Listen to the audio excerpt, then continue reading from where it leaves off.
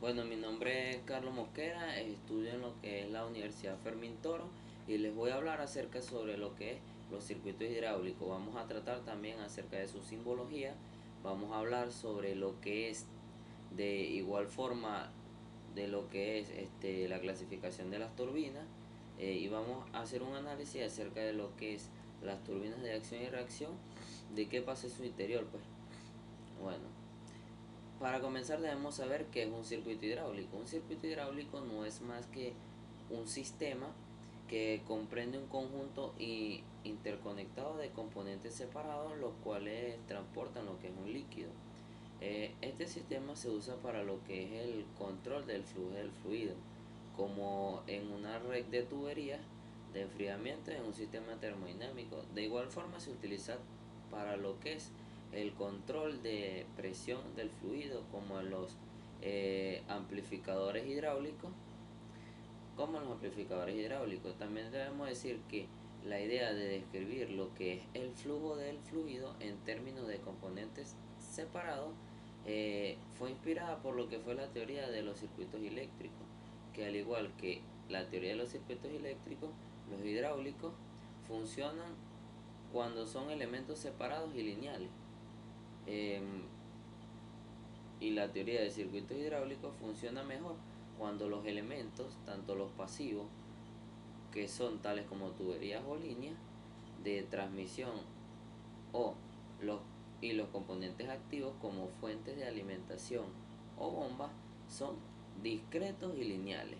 Eh, Esto usualmente significa que el análisis de circuitos hidráulicos funciona mejor para lo que es la tuberías largas y delgadas, con bombas separadas, tales como se encuentran en lo que son los sistemas de flujo de procesos químicos o dispositivos de macroescala.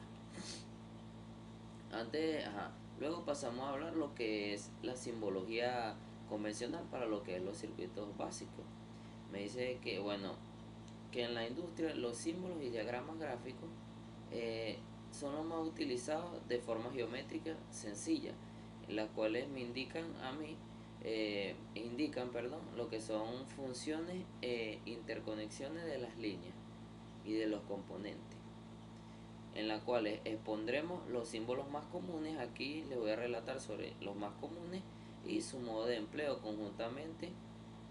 Los separamos según lo que es la siguiente clasificación. Por ejemplo, el primero es líneas, que son líneas simples, las cuales uno utiliza para lo que es representar tubos, tuberías y pasos hidráulicos, de los cuales las líneas se las podemos clasificar también en tres, como es la línea principal, que es un trazo continuo que transporta el caudal principal del sistema. Este diagrama gráfico eh, influyen la línea de aspiración o de entrada de la bomba, las líneas de presión y las de retorno al tanque. Pueden en ocasiones representarse en lo que se conoce como, además, o sea, se pueden representar de formas coloridas. La segunda línea en la cual se clasifican es una línea piloto.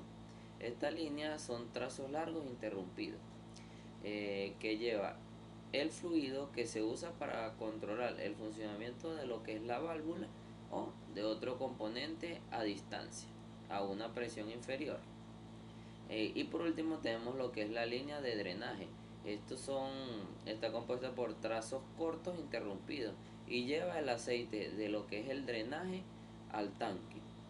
De segundo símbolo, podemos decir que es el depósito. El depósito normalmente se dibuja en forma de rectángulo abierto, en lo que es su parte superior, en el caso de lo que es un tanque de respiradero, y cerrado para un tanque de lo que es presurizado. Eh, en lo que es un tanque presurizado. El tercer símbolo que podemos encontrar son las válvulas en control de flujo. Este símbolo básico eh, es un cuadrado que se denomina envoltura, y puede incluir otros símbolos para indicar lo que es para indicar función. Por ejemplo, las flechas se añaden a las envolturas para indicar lo que es el paso, perdón, y dirección del caudal. Las válvulas de caudal de posiciones infinitamente variables tienen lo que son envolturas simples que pueden tomar cualquier posición entre completamente abierta y lo que es completamente cerrada según lo que es el volumen del líquido que pasa a través de ella. El cuarto símbolo que debemos conocerlo es la válvula de control de presión. Esta válvula trabaja en forma muy parecida a lo que es las válvulas de control de flujo, pero el símbolo básico de esta válvula es cuadrado en vez de un rectángulo, que se denomina también igualmente envoltura y que puede incluir otros símbolos que pueden indicar función, y que las flechas se añaden a las envolturas para lo que es el paso y dirección del caudal. El quinto símbolo que debemos conocer es la válvula de direcciones y de accionamiento, para representar lo que son las válvulas distribuidoras en lo que es el esquema de circuito. Y si se utilizan símbolos y mediante estos símbolos utilizados podemos expresar lo que es la función de cada válvula de control direccional. Eh, las válvulas direccionales también podemos decir que dirigen el fluido abriendo y cerrando vías para el caudal. Eh, Estas son posiciones definidas anteriormente a la válvula, y que el símbolo gráfico o simbología se ilustra de la siguiente forma. Pues la primera es que se clasifican, perdón, las posiciones de las válvulas distribuidas se representan por medio de cuadrados o rectángulos. Otra sería de que la cantidad de cuadrados adyacentes indican lo que es la cantidad de posiciones de la válvula distribuidora. Otro sería que el funcionamiento se representa esquemáticamente en el inferior de los cuadros. 4 me dice que las líneas representan lo que son tuberías o conductos, y que las flechas el sentido de circulación del fluido. 5, bueno, que la posición de cierre dentro de las casillas se representa mediante líneas transversales. 6, que la unión de los conductos o lo que son tuberías se representa mediante lo que es un punto. 7, bueno, que las conexiones de lo que es la entrada y salida se representan por medio de lo que es el trazo, trazos unidos a la casilla que esquematiza lo que es la posición de reposo inicial. 8, bueno, que las otras posiciones de las válvulas se obtienen desplazando lateralmente los cuadrados hasta que la conexión eh, coincida. 9, que las letras pueden ser distinguidas las conexiones, por ejemplo A, B, P, T. Y número 10, bueno, que las posiciones pueden distinguirse por medio de letras minúsculas A, B, C. También podemos decir que es la número 11, que la válvula de tres posiciones la válvula de tres posiciones está lo que es la válvula de posición intermedia, que es igual a la posición de reposo. Y la última, que es la 12, que por posición de reposo se entiende que en el caso de las válvulas con dispositivos de reposición, un ejemplo de ellas sería lo que es un muelle, que es un resorte que en aquella posición que la pieza móvil ocupa, que es aquella posición en la que la pieza móvil ocupa cuando la válvula no está accionada. Luego tenemos lo que es la bomba. Las bombas, que es la simbología número 6. Las bombas es un círculo, o se representa mediante un círculo básico para lo que son componentes giratorios. Los triángulos colocados en lo que son los símbolos indican que ellas son fuentes de energía o receptoras de energía, o bombas o motores. Fuentes de energía serían las bombas, y o receptoras de energía serían motores. Y que si el componente es unidireccional, el símbolo tiene solo un triángulo, y que una bomba o motor reversible se dibuja con lo que son dos triángulos. 7. El séptimo símbolo viene siendo lo que es un círculo. Que digo, el séptimo símbolo son los motores, que es un círculo, que es un símbolo básico también para los componentes giratorios. Y me dice que los triángulos colocados en lo que son los símbolos indican que las fuentes de energía, igual que en las bombas, que las fuentes de energía que son bombas o los receptores de energía,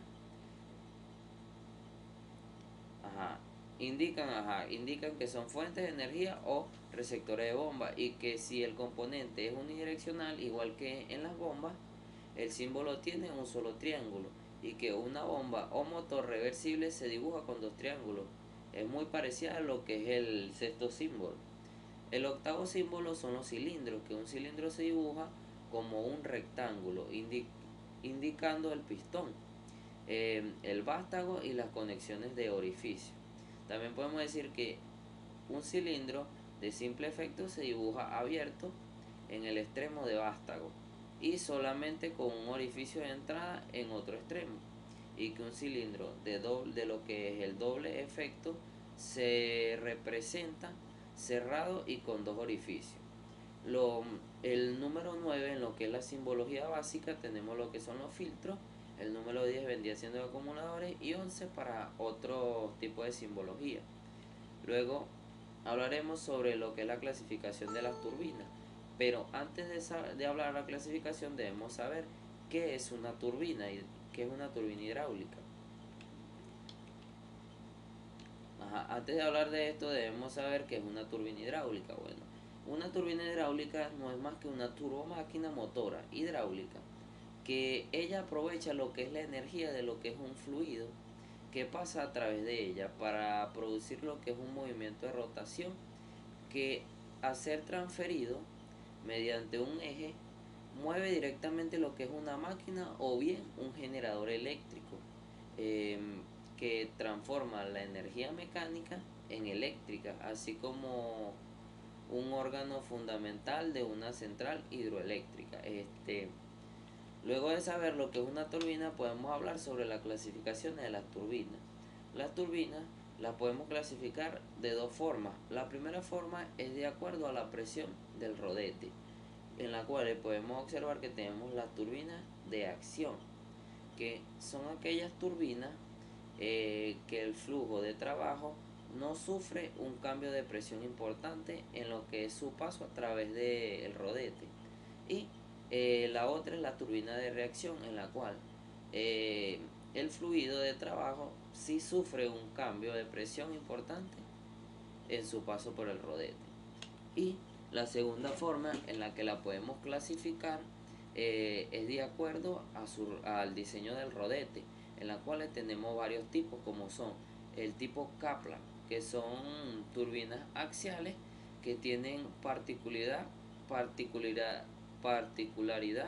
de poder lo que es variar el ángulo de sus palas durante su funcionamiento, y que están diseñadas para trabajar con saltos de agua pequeños y con grandes caudales, y que también se puede decir que son turbinas de reacción, pues. Luego tenemos lo que es la turbina de hélice. Son exactamente iguales que las turbinas Kaplan, pero a diferencia de estas turbinas, no son, a diferencia de las Kaplan, estas turbinas no son capaces de variar el ángulo de sus palas. Luego tenemos lo que es la turbina Pelton, que se conocen como turbinas de flujo transversal, y de lo que es admisión parcial, que directamente de la evolución de lo que es de los antiguos molinos de agua, y en vez de cortar con álabes o palas, se dice que tiene cucharas. Se dice que esta posee cucharas y está diseñada para trabajar con saltos de agua de lo que son de alta muy grandes, pues, pero con caudales pequeños, que son turbinas de acción, pues. Luego tenemos lo que son las turbinas Francis. Las turbinas Francis son turbinas de flujo mixto, y de reacción, y existen algunos diseños complejos de este tipo de turbina que son capaces de variar el ángulo de las alaves de sus alaves durante su funcionamiento, y estas están diseñadas para trabajar con saltos de agua medios y de caudales medios. Y por último encontramos lo que es la turbina Osberger Barkey-Michel. Esta turbina, eh, esta turbina de Oxerger es una turbina libre de desviación, de emisión radial y parcial, y que debido a su número específico de revoluciones cuenta entre las turbinas de régimen lento. También podemos decir que la distribución imprime, o sea que el distribuidor imprime al chorro de agua eh, una sección rectangular, y este circula por la corona de lo que son las paletas del rodete de este tipo de turbina. De este tipo de turbina en forma de cilindro. Primero desde fuera hacia adentro y a continuación, después de haber pasado por el interior del rodete, desde dentro hacia afuera. Bueno, esto fue todo y gracias por escuchar.